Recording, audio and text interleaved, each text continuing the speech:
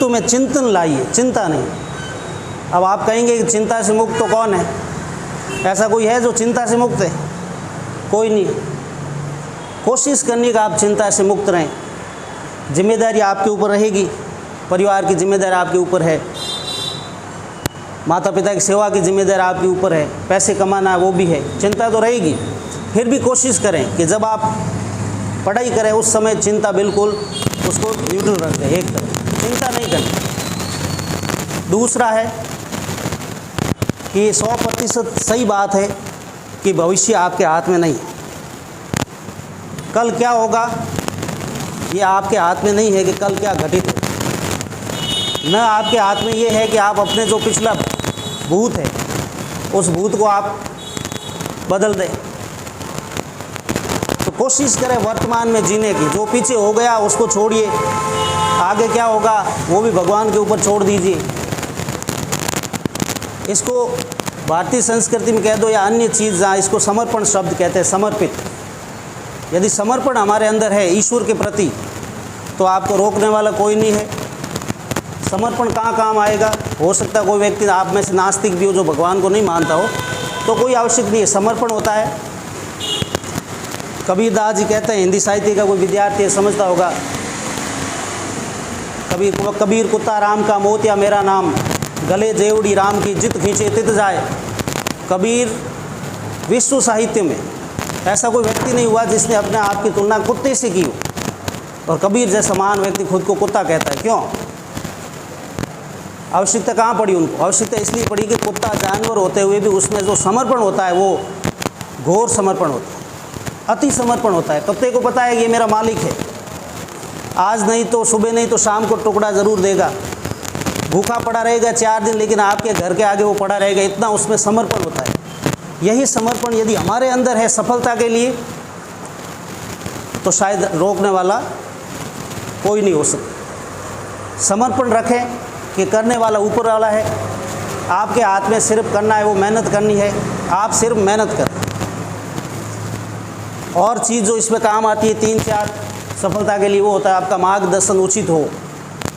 अब ऐसा है नहीं कि आपको ये क से कबूतर सिखाना है, सब कुछ आप सीखे हुए हैं, सब आपको पता है, महाज्ञानी है। कमी कहाँ रह जाती? कई अभ्यर्थियों में उनका मार्गदर्शन सही नहीं होता।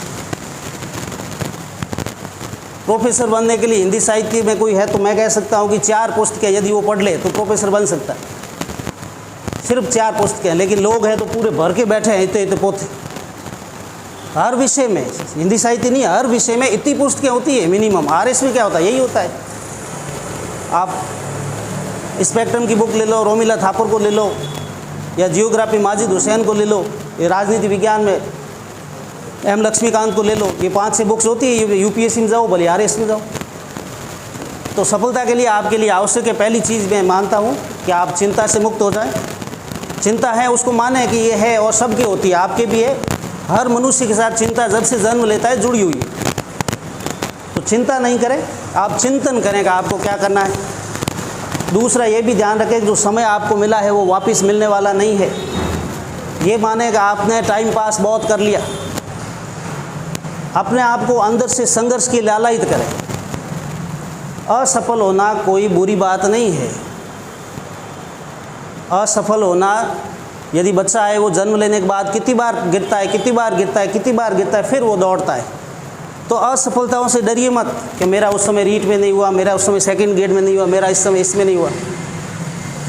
ऐसे कई लोग हो गए जिसका तृतीय श्रेणी अध्यापक में नहीं हुआ, वो कॉलेज एजुकेशन हमारे साथ आए हैं प्रोफेसर बन के। ऐसे कई लोग आपको मिल जाएंगे जिनका शिक्षक में नहीं हुआ, 3rd ग्रेड, 2nd ग्रेड, लेकिन आपको SDM बने हुए अधिकारी के रूप में मिल जाएंगे। कारण क्या है कि आदमी की परिस्थितियाँ परिवर्तनशील है। कोई व्यक्ति कितना ही टैलेंटेड है, बहुत मेहनत कर रहा है, उसकी परिस्थितियाँ उसके साथ नहीं है, वो पीछे रह गया। तो इसलिए असफलताओं से डरे नहीं, अपने आप को कम नहीं आके।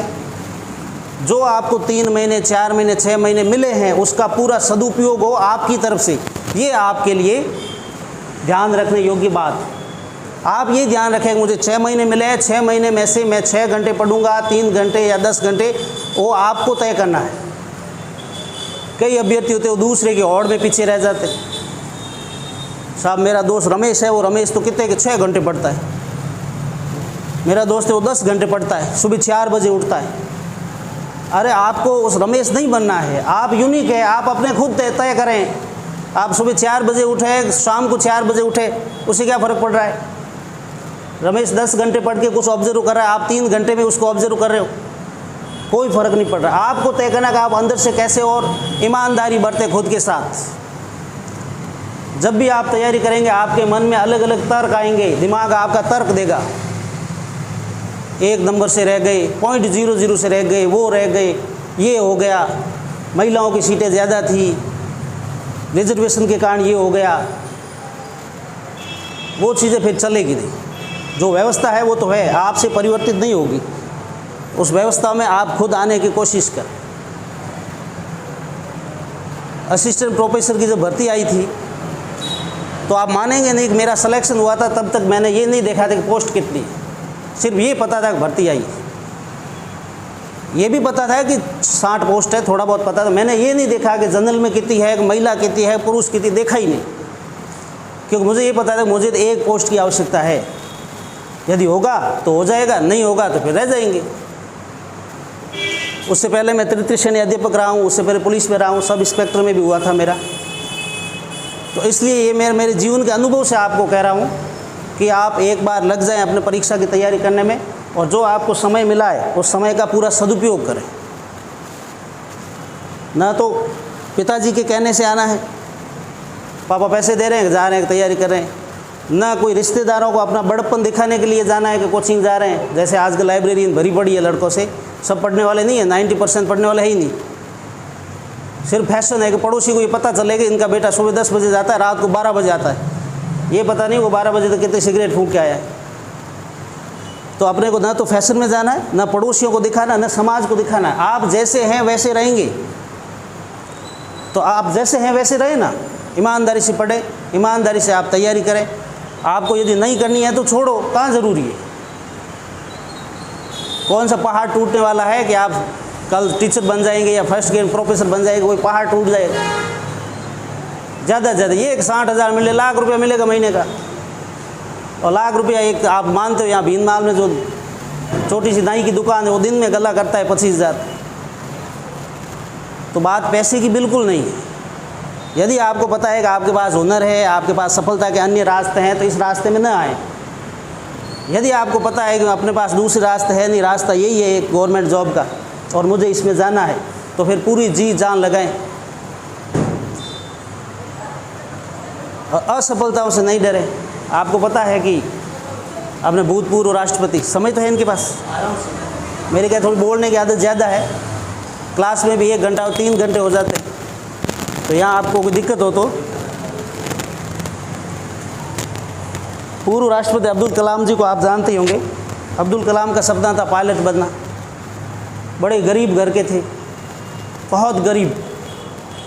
उनके पिताजी ने कर्जा लेकर उनको पढ़ाई करवाई, सब किया, लेकिन पायलट बनने में असफल हो गए। साक्षात्कार में उनको बाहर निकाल दिया। कलाम आए, किसी नदी में कूदने वाले ही थे कि अब मर जाऊं, क्या करे जीवन का, पिताजी को मुंह कैसे दिखाऊं। तभी कोई हुआ साधु था, उन साधु ने उनको रोका कि बेटा क्या कर रहा है, कि मेरे साथ यही हुआ। ऐसा है बेटा कि हो सकता है भगवान तुझे पायलट से भी बड़ा बनाना चाहता हो। ये कलाम साहब के जीवन का टर्निंग पॉइंट था। हो सकता है कि तुझे कुछ बड़ा बनाना चाहता, और वही अब्दुल कलाम है जो इतने बड़े वैज्ञानिक बने और भारत के राष्ट्रपति बने। यदि उस समय अब्दुल कलाम पायलट बन जाते तो उनको कोई पहचानता? हिंदुस्तान में लाखों पायलट बैठे, कौन पहचानता? लेकिन कलाम को आज पहचान रहे। तो कई बार जीवन में ऐसा होता है, भगवान चाहता है कि तुम कुछ ऊपर जाओ। हो सकता है कि रीट में नहीं हुआ तो फर्स्ट ग्रेड में हो जाए, हो सकता है पटवारी में नहीं हो तो RS में हो जाए। इसलिए कलाम साहब के जीवन से अपने को वो भी शिक्षा मिलती है कि असफल हुए उससे डरना नहीं है, और जो आपके पास मौका है उसको गंवाना नहीं है। गलतियाँ आदमी से ही होती है, ऐसा कोई हुआ ही नहीं है, हो ही नहीं सकता। यदि कोई कहता भी है ना कि मेरे से गलती नहीं, तो झूठ बोल रहा है। 100% मनुष्य है, उससे गलती होगी। और आप अपने ये ग्रंथ पढ़ते हो, महाभारत रामायण, उसमें यही शिक्षा मिलती है कि जब भगवान भी मनुष्य होकर आता है उससे गलतियाँ हुई है, तो आपकी जो भी गलतियाँ हैं, 100 गलतियाँ हैं तो भी वो गुनाह माफ़। लेकिन शर्त यही है कि वो गलतियाँ वापस नहीं। तो मेरे कहने का अर्थ यही है, सीधा सा, चिंतन मुक्त रहें, अपने व्यक्तित्व को चारों तरफ से उबारने की कोशिश करें, सजग रहे। कोई ऐसा नहीं है कि भाई फेसबुक चलाने से पीछे रह गया, इंस्टाग्राम चला रहा है पीछे रह गया, वो रह गया, मीडिया से दूर हो गया, नहीं। आपको यदि आवश्यक है तो आप उसका उपयोग करें, अखबार पढ़ें, हर न्यूज़ में ध्यान दें, सावचेत रहें, हर खबर पर आपकी पकड़ होनी चाहिए। लेकिन जो समय है आपका 6 घंटे 5 घंटे जो आपने निर्धारित किया है वो ज़ाया न हो। उसके अलावा आप कितने सो रहे हैं, कहाँ जा रहे हैं, उससे फ़र्क नहीं पड़ता, 6 घंटे ज़ाया न हो। और जो पढ़ाई में कई बच्चों के प्रश्न होते हैं कि याद नहीं रहता है, भूलना मनुष्य के लिए वरदान है।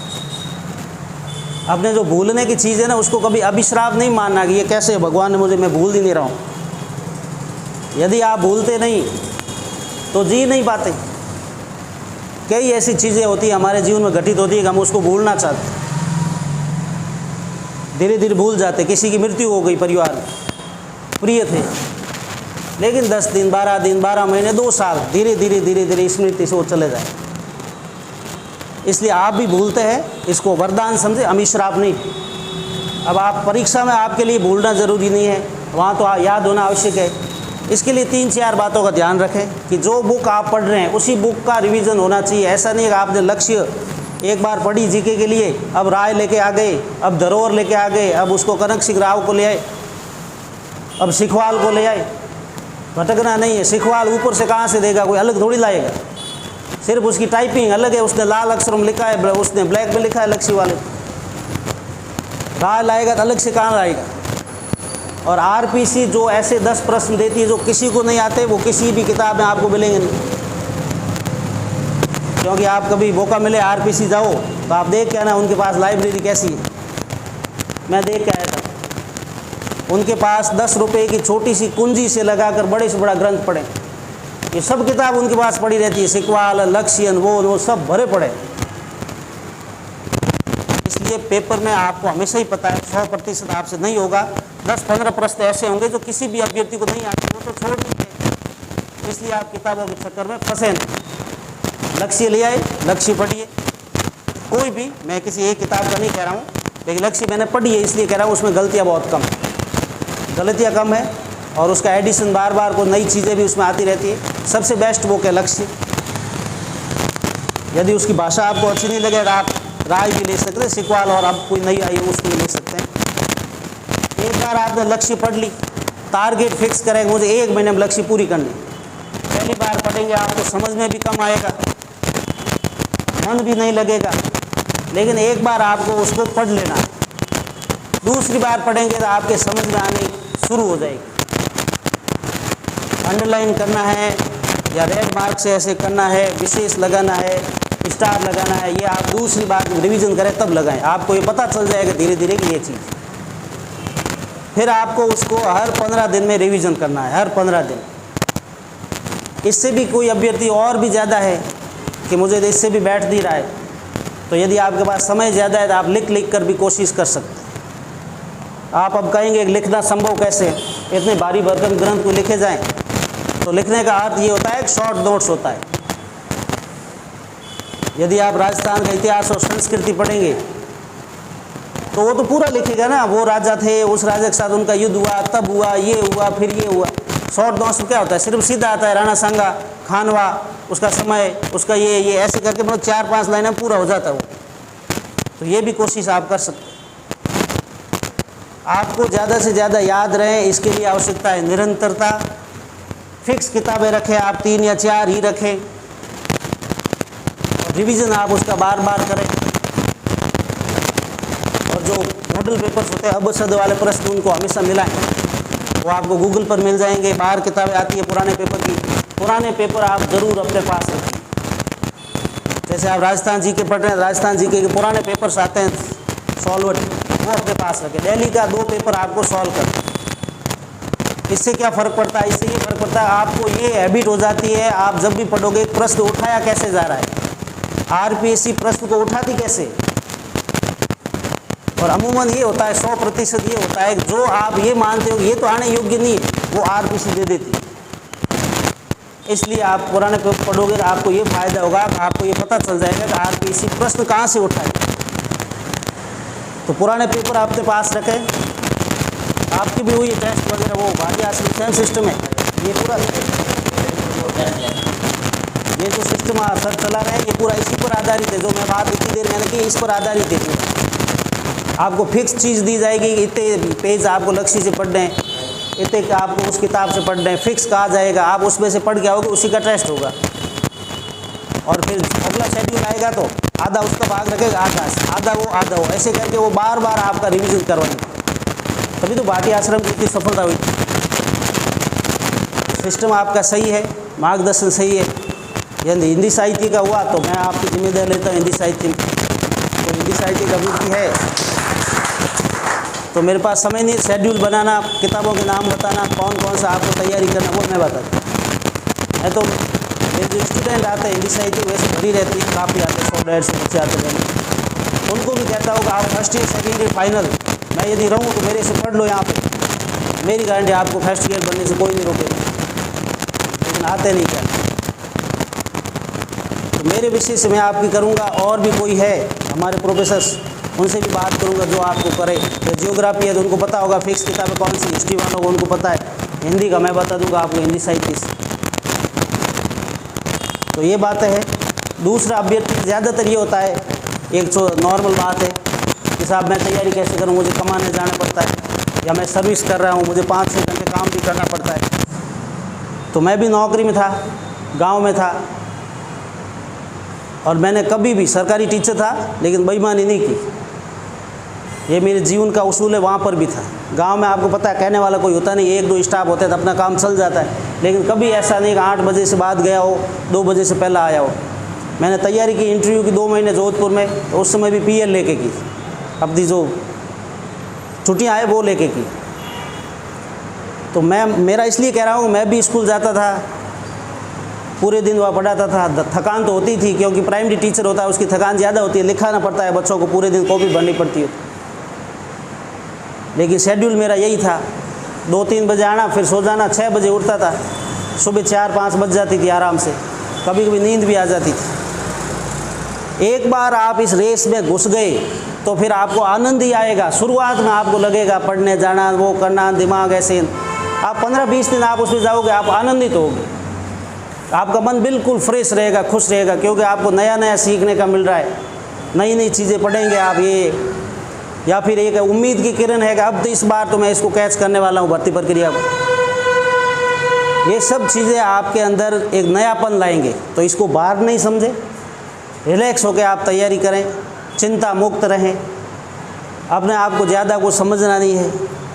आप अपने आप को ये समझें कि वो ऊपर वाला जाने, मैंने तो उसके भरोसे तैयारी शुरू की है, उसको बनाना है तो बनाए, नहीं बनाना है नहीं बनाए। इससे क्या होगा कि आप समर्पित होंगे तो आपका जो एक्स्ट्रा तनाव है वो हट जाएगा। तो आपको किसी भी और दूसरी तरफ ध्यान नहीं देना, आप तो आपने जो सिलेबस है उसके अकॉर्डिंग पढ़ाई करनी है। कई अभ्यर्थी होते हैं जो परीक्षा देने जाते हैं, तैयारी भी करके जाते हैं, लेकिन उनको पाठ्यक्रम तक याद नहीं होता है। आपकी सफलता की पहली सीढ़ी आपका पाठ्यक्रम है। पाठ्यक्रम आपका जो स्टडी रूम है उसमें चिपका हुआ होना चाहिए, उसका बड़ा फ्रंट निकालो, आप बड़ी फ़ोटो को भी निकालो ब्लैक में और उसको चिपका दो। उठते ही देखो आप राजस्थान में संस्कृति में कौन कौन से टॉपिक है, झीलें, नदियाँ, जो भी है वो बिल्कुल आपके दिमाग में सिलेबस तो होना ही चाहिए।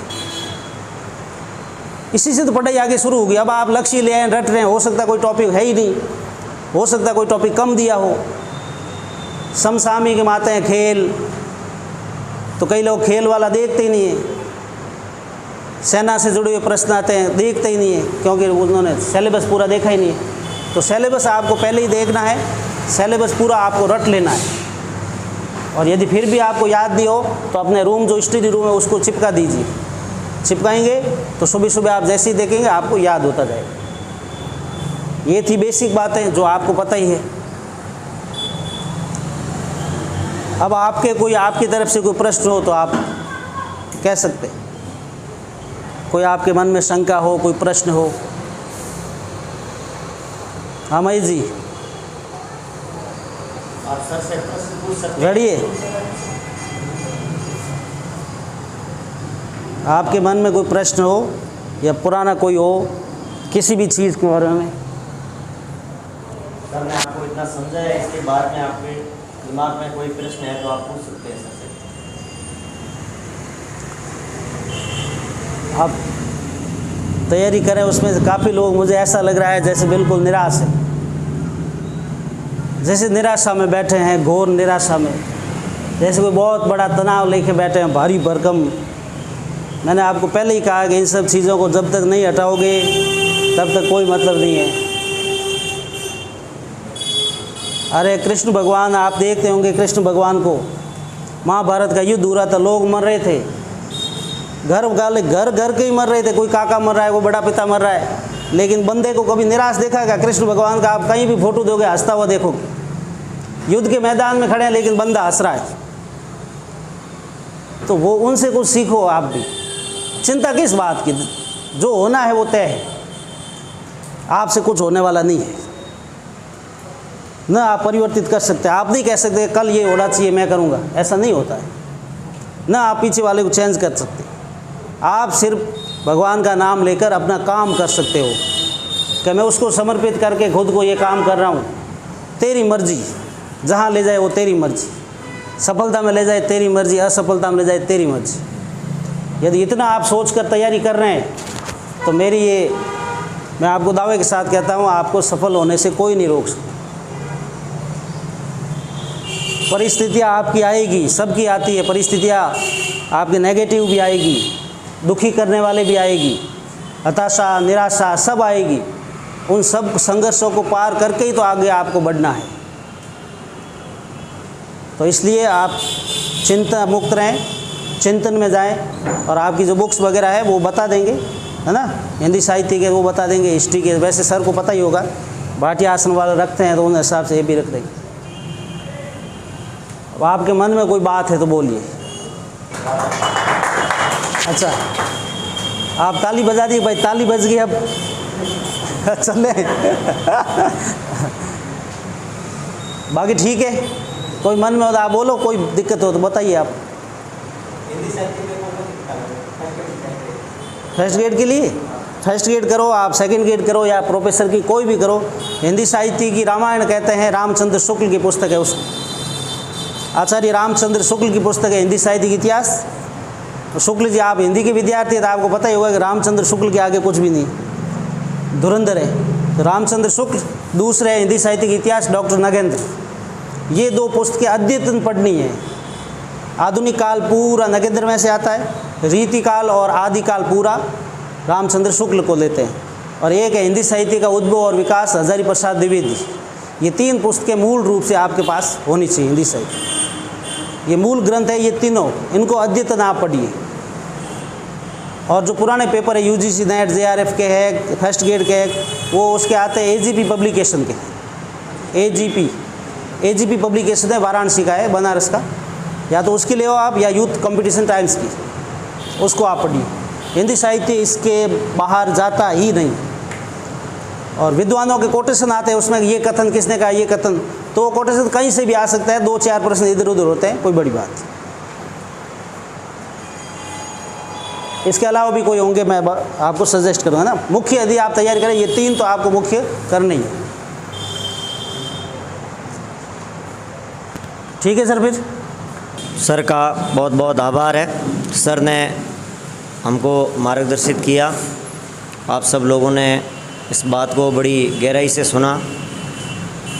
आज जो टेस्ट हुआ है उसकी आंसर की जारी कर देंगे, और आज ये फर्स्ट ग्रेड का फर्स्ट पेपर था, और कोई तैयारी करना चाहता है तो आप उसको जोड़ सकते हैं, दूसरी भर्ती की कोई तैयारी करता है उसको जोड़ सकते हैं।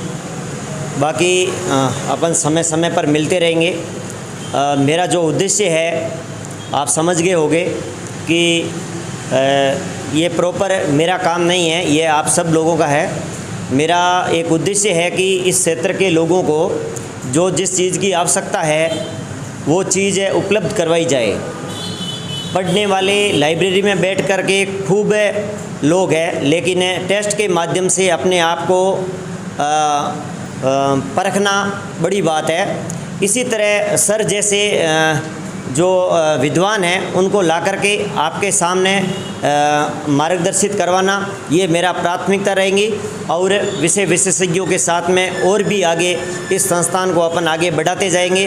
बस आप कंधे से कंधा मिला कर चलेंगे। मैं आपका पुनः आभार प्रकट करता हूं कि आपने इस टेस्ट को सफल किया। बहुत बहुत धन्यवाद, बहुत बहुत आभार।